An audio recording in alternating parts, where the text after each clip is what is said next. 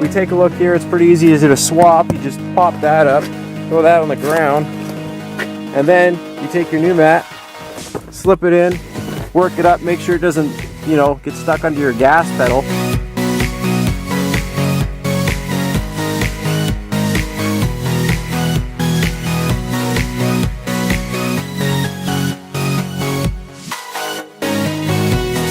This is the slush mat, the OEM Jeep slush mat.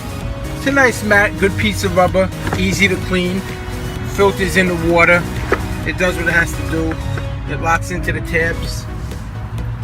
And for an everyday mat, it's a good mat.